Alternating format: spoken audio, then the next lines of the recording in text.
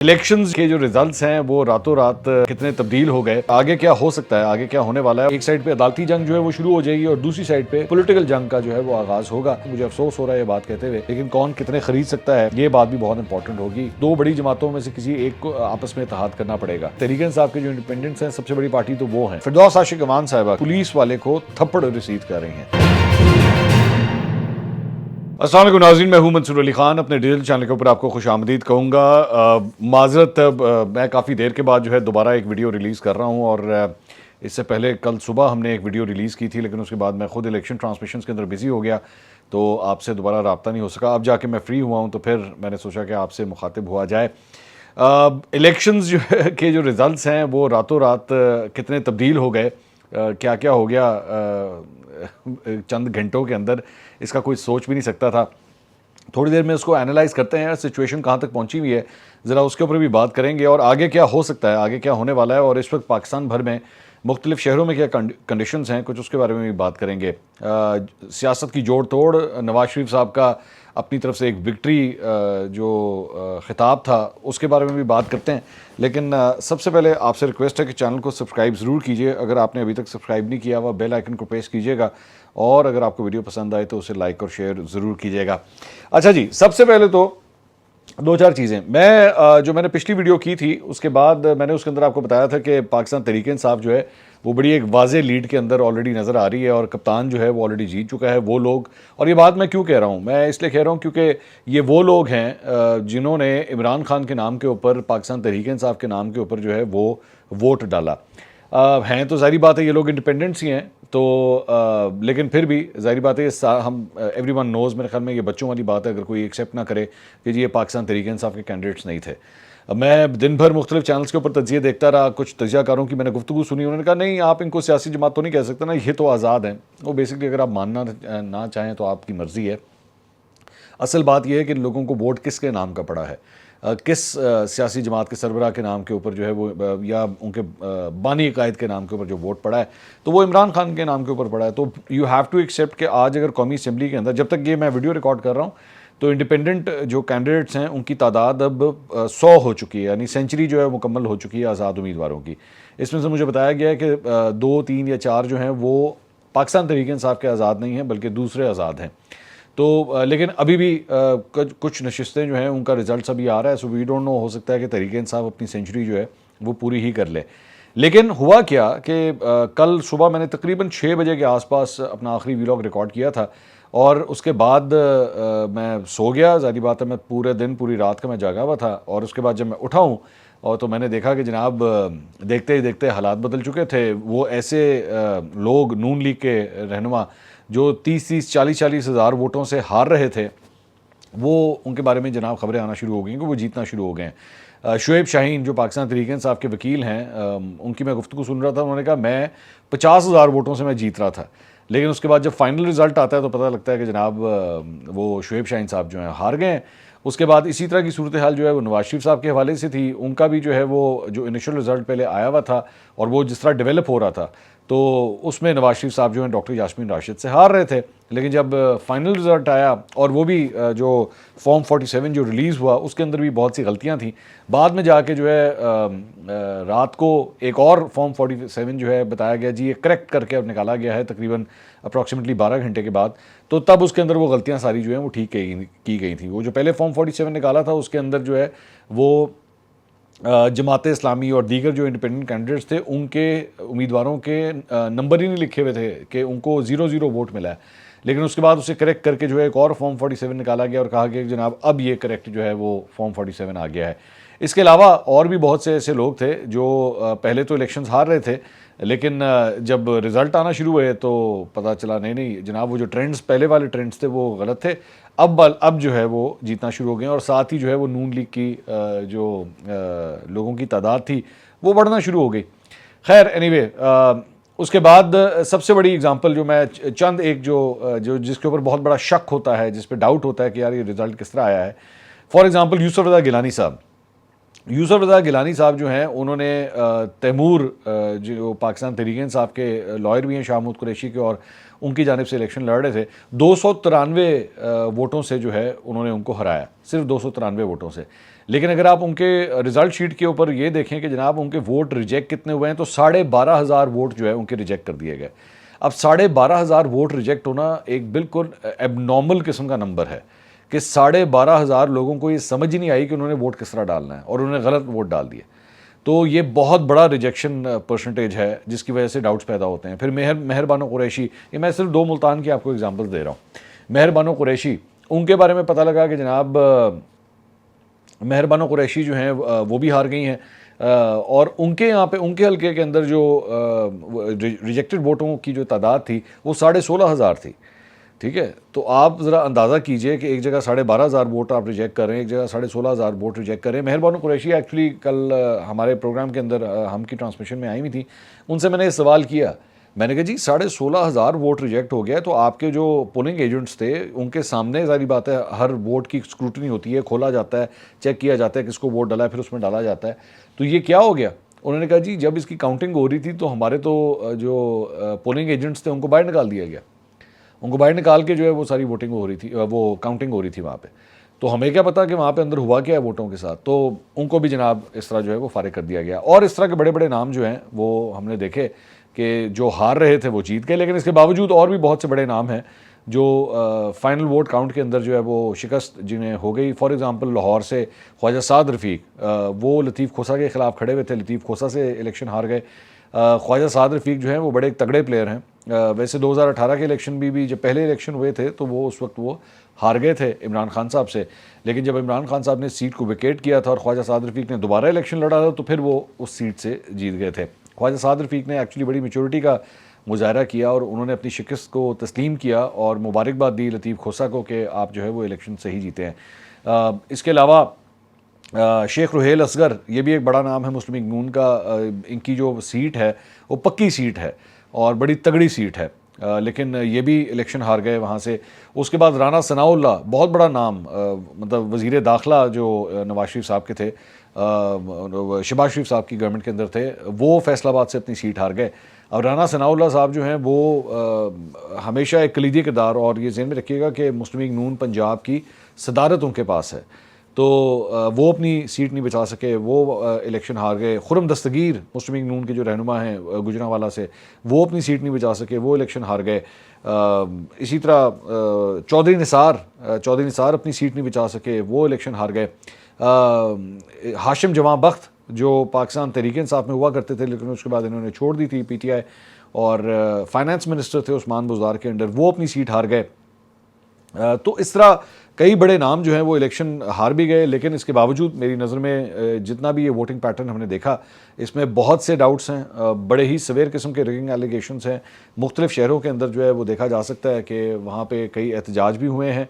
10-10, 15-15 हज़ार अफराद जो हैं वो मुख्तलिफ हल्कों के अंदर, मैं ये और ज़हन में रखिएगा, आई एम नॉट सेइंग कि अक्रॉस द कंट्री ये सूरत हाल है, लेकिन कई जगहों के ऊपर जो है वो इस किस्म की रिपोर्ट्स आई कि एहतजाज भी किया गया है और कुछ जगहों के ऊपर जो है वो फायरिंग की, पुलिस की जानिब से फायरिंग की इतलात भी आई हैं। तो कुछ जगहों के ऊपर जो है वो हालात काफ़ी टेंस भी हुए, लेकिन दीज आर मतलब इंडिविजुअल इवेंट्स। ये मतलब प्लीज़ मैं कोई पैनिक नहीं फैलाना चाहता, I want to clear this कि ये कोई पूरे मुल्क में नहीं हो रहा, लेकिन लोगों का एहतजाज है। एक और केस जो सामने आया वो सलमान अकरम राजा जो इमरान खान साहब के वकील हैं, वो ओन चौधरी के ख़िलाफ़ इलेक्शन लड़ रहे थे, लीड में नज़र आ रहे थे, लेकिन जब फैसला आया, अनाउंस किया गया, तो जनाब सलमान अकरम राजा साहब हार गए थे और ओन चौधरी जो है वो इलेक्शन जीत गए थे। ये भी एक बड़ी मज़े का खेज़ बात थी। उसकी वजह ये कि ओन चौधरी के बारे में जो है वो क्लियर कट नज़र आ रहा था कि वो जो है वो हार रहे हैं इलेक्शन, मतलब वो उनकी शिकस्त हो रही थी, लेकिन जब फाइनल रिजल्ट आता है तो ओन चौधरी जो है वो जीत जाते हैं। सलमान अकरम राजा इस सिलसिले में जो है वो कोर्ट में गए और कोर्ट से जाके जो है उन्होंने वहाँ पे पिटिशन दी, कोर्ट ने अपना फ़ैसला महफूज किया। बाद में जब फ़ैसला उन्होंने दिया तो उन्होंने इलेक्शन कमीशन ऑफ पाकिस्तान को कोर्ट ने फ़ैसला जारी करने से रोक दिया। तो एक ये इशू हुआ। दूसरा, बिलावल भुट्टो जरदारी लाहौर से अताउल्लाह तारड़ के ख़िलाफ़ इलेक्शन लड़ रहे थे। अताउल्लाह तारड़ ने एक बहुत बड़ी लीड से जो है उनको ये इलेक्शन हराया और तकरीबन 98,000 मेरे ख्याल में वोट जो है वो अताउल्लाह तारड़ ने हासिल किए। लेकिन मरीम नवाज़ जो है वो कौमी असम्बली में जाने के लिए अहल हो गई। शहबाज शरीफ साहब भी अपनी सीट जीत गए, नवाज शरीफ भी अपनी सीट जीत गए। हमज़ा शहबाज ने आलिया हमज़ा को 5,000 वोटों से ये इलेक्शन हराया। लेकिन इस्लामाबाद की जो 3 सीटें हैं उसके ऊपर बड़ा सवेर किस्म के तहफ़्फ़ुज़ात हैं। कि आखिर वहाँ पे क्या हुआ है। हनीफ अब्बासी साहब जहाँ पे खड़े हुए थे और वहाँ पे वो पाकिस्तान तहरीक इंसाफ के रहनुमा को तो हराने में कामयाब हुए ही, लेकिन शेख रशीद साहब को बड़ी ही बुरी किस्म की शिकस्त हुई उस हल्के से। मतलब उनकी जितनी भी फरियाद थी, जितनी भी दुआएं थी, वो काम ना आ सकें और उनको भी बड़ी इबरतनाक किस्म की उनको शिकस्त हुई। और वही जिस तरह कहा जाता था कि जब तक पीटीआई की सपोर्ट उनके साथ रही तब तक सब ठीक था, लेकिन जैसे ही वो सपोर्ट पुल आउट हो गई तो शेख साहब धड़म करके जो है वो नीचे गिर गए। अली अमीन गंडापुर मौलाना फजलुर रहमान साहब को हराने में कामयाब हो गए, लेकिन मौलाना फजलुर रहमान पशीन से जीतने में कामयाब हुए हैं। हैरानगी की बात यह है कि जब तक कि मैं वीडियो रिकॉर्ड कर रहा हूँ, कराची जो पाकिस्तान का सबसे बड़ा शहर है उसके अभी तक तमाम रिजल्ट जो हैं वो सामने नहीं आए हुए। थोड़ा सा अब कुछ बात करते हैं कि अभी तक के जो रिजल्ट सामने आए हैं उसके मुताबिक आज़ाद उम्मीदवार जो हैं वो तकरीबन 100 के करीब सीटें ऑलरेडी जीत चुके हैं। मुस्लिम लीग नून अब तक के मुताबिक 66 सीटें जीत चुकी है। पाकिस्तान पीपल्स पार्टी 53 सीटें ऑलरेडी जीत चुकी हैं। ये ज़हन में रखिएगा, मैं दोबारा बता रहा हूँ कि रिजल्ट अभी अपडेट हो रहे हैं, अभी मजीद कुछ रिजल्ट आने हैं। MQM के बारे में बताया जा रहा है जनाब 14 सीटें, मुस्लिम लीग काफ 3, इस्तेकाम पाकिस्तान पार्टी 2, जमीयत उलमा इस्लाम पाकिस्तान 2, पख्तूनख्वा नेशनल अवामी पार्टी 1, मजलिस वाहिद मुस्लिमीन पाकिस्तान 1। ये कौमी असम्बली की सिचुएशन है। ये जो मैंने आपको बताया मजलिस वाहिद मुस्लिमीन, ये बड़ा इंपॉर्टेंट किरदार अदा कर सकती है, क्योंकि इस वक्त जो पॉलिटिकल डिस्कशन हो रही है उसमें यह है कि ये जितने आज़ाद उम्मीदवार जो पाकिस्तान तहरीक इंसाफ की जानिब से असम्बलियों के अंदर पहुँचे, असम्बली में पहुँचे, नेशनल असम्बली में, वो हो सकता है कि मजलिस वाहिद मुस्लिमीन को ज्वाइन कर लें और उनके बैनर के नीचे जो है वो आ जाएं। और उसके बाद क्योंकि इनके जो सरबराह हैं वो अभी पिछले दिनों इमरान खान साहब से जेल में भी मिलने गए थे और ये वाहिद सियासी रहनुमा हैं जिनको जेल में इमरान खान साहब से मिलने की इजाज़त मिली थी और उसके बाद ये गए थे और जाके जेल में मिले भी थे। ऑप्शन जो डिस्कस की जा रही है वो ये है कि तमाम ये आज़ाद उम्मीदवार जो हैं वो मजलिस वाहिद मुस्लिमीन के बैनर के अंदर आ जाएं और इस तरह वो एक सियासी जमात का जो है वो शेप इख्तियार कर लेंगे। और उसके बाद अब ये एक इख्तलाफ है इसके अंदर कुछ जगहों पे कि अगर वो वहाँ आ जाते हैं तो उसके बाद ख़वातीन और अक़लियती नशिस्तें जो हैं उसके ऊपर भी जो है पाकिस्तान तहरीक इंसाफ की ख़वातीन और दीगर अफराद जो हैं वो अंदर आ जाएंगे और इससे एक बहुत बड़ा वोट बैंक जो है असम्बली के अंदर, कौमी असम्बली के अंदर वो इंक्रीज़ कर जाएगा। तो नेशनल असम्बली अब, लेकिन साथ ही साथ पाकिस्तान तहरीक इंसाफ मेरी इतलात के मुताबिक अपने इंट्रा पार्टी इलेक्शंस करवाने के ऊपर भी गौर कर रही है कि अगर हम अपने इंट्रा पार्टी इलेक्शंस करवा लें और एक प्रॉपर सियासी जमात की अपनी जो ऑफिस बेरर्स हैं उनका भी इलेक्शन करवा लें तो फिर भी हमारे मसाइल हल हो सकते हैं। सो ये अभी गुमगू की सूरत हाल है, इसमें क्लियर नहीं है। लेकिन इसी दौरान नवाज शरीफ साहब ने अपनी एक अपेरेंट विक्ट्री स्पीच की। मैं हैरान हूँ कि इसको आप विक्ट्री स्पीच तो नहीं कहा जा सकता, अलबत्ता 188 मॉडल टाउन मुस्लिम लीग नून का जो हेडक्वार्टर है वहाँ पे उन्होंने अपनी स्पीच की। मरीम नवाज़ उनके साथ थी, शहबाज शरीफ उनके साथ थे और इस मौके के ऊपर जो है उन्होंने कहा कि मैं शहबाज शरीफ साहब को कहता हूँ कि आप दीगर सियासी जमातों के साथ जो है वो इत्तेहाद के सिलसिले में नेगोशिएशंस का आगाज़ करें और आसिफ अली ज़रदारी साहब से मुलाकात करें। और इसी दौरान ये खबर आई कि कल आसिफ अली ज़रदारी साहब भी जो हैं वो लाहौर पहुंच चुके हैं और शहबाज शरीफ साहब का उनसे फ़ोन के ऊपर रब्ता हो चुका है और बहुत जल्द जो है वो हुकूमत बनाने के अमल के हवाले से जो है उनसे उनकी मुलाकात भी हो सकती है। लेकिन ये भी अभी क्लियर नहीं है कि ये दोनों सियासी जमातें जो हैं आपस में मिलती हैं या नहीं मिलती, और अगर ऐसा होता है तो प्राइम मिनिस्टर का कैंडिडेट जो है वो कौन होगा, this is not clear as yet. दूसरी बात, पंजाब असम्बली के अंदर जो सिचुएशन है वो बड़ी टफ है। जब तक ये वीडियो रिकॉर्ड हो रही है तब तक पंजाब असम्बली के अंदर इंडिपेंडेंट्स यानी कि पाकिस्तान तहरीक इंसाफ के इंडिपेंडेंट्स और मुस्लिम लीग नून बिल्कुल नेक टू नेक जो है वो इस वक्त खड़े में हैं। और पाकिस्तान पीपल्स पार्टी की वहाँ से 10 सीटें हैं, मुस्लिम लीग काफ की जो है वो 8 सीटें हैं, इस्तेकाम पाकिस्तान पार्टी की 1 सीट है, मुस्लिम लीग ज़िया 1 सीट है और तहरीक लब्बैक पाकिस्तान उनकी भी 1 सीट है। बाय द वे कौमी असम्बली के अंदर भी अभी तक मुझे जो आखिरी इतलात हैं तहरीक लब्बैक की वहाँ से भी 1 सीट जो है वो आ गई है कौमी असम्बली के अंदर भी। और इसके साथ साथ सिंध के अंदर जो है वो पाकिस्तान पीपल्स पार्टी ने क्लीन स्वीप किया है, वहाँ से 130 सीटों में से 126 सीटों का फैसला आ चुका है, 4 का आना बाकी है। लेकिन इन 130 में से 83 सीटें पाकिस्तान पीपल्स पार्टी ऑलरेडी जीत चुकी है। तो यहाँ पे तो ऑलरेडी उनको जो मेजॉरिटी थी वो पाकिस्तान पीपल्स पार्टी को मिल गई है। MQM के 25, आज़ाद 14 अरकान, जमात इस्लामी 2 और GDA भी 2। GDA को बहुत बुरी परफॉर्मेंस रही है अभी तक के इन रिज़ल्ट्स के अंदर। खैबर पख्तूनख्वा के अंदर जो है वो कुल 115 नशिस्तों में से 109 के रिज़ल्ट आ चुके हैं, जिसमें से आज़ाद 89 जो हैं वो जीत चुके हैं। तो यहाँ पे ओवरवेलमिंग मेजॉरिटी जो है वो पाकिस्तान तहरीक इंसाफ के आज़ाद उम्मीदवारों को मिली है। जमीयत उलमा इस्लाम 7, मुस्लिम लीग नून 5, peoples party 3, Jamaat Islami 3, ANP 1, Tehreek Insaf parliamentarians उसको भी एक सीट मिली है। बलूचिस्तान असम्बली में कुल 51 नशस्तें हैं, 39 नशस्तों के रिजल्ट सामने आ चुके हैं, 12 का आना बाकी है।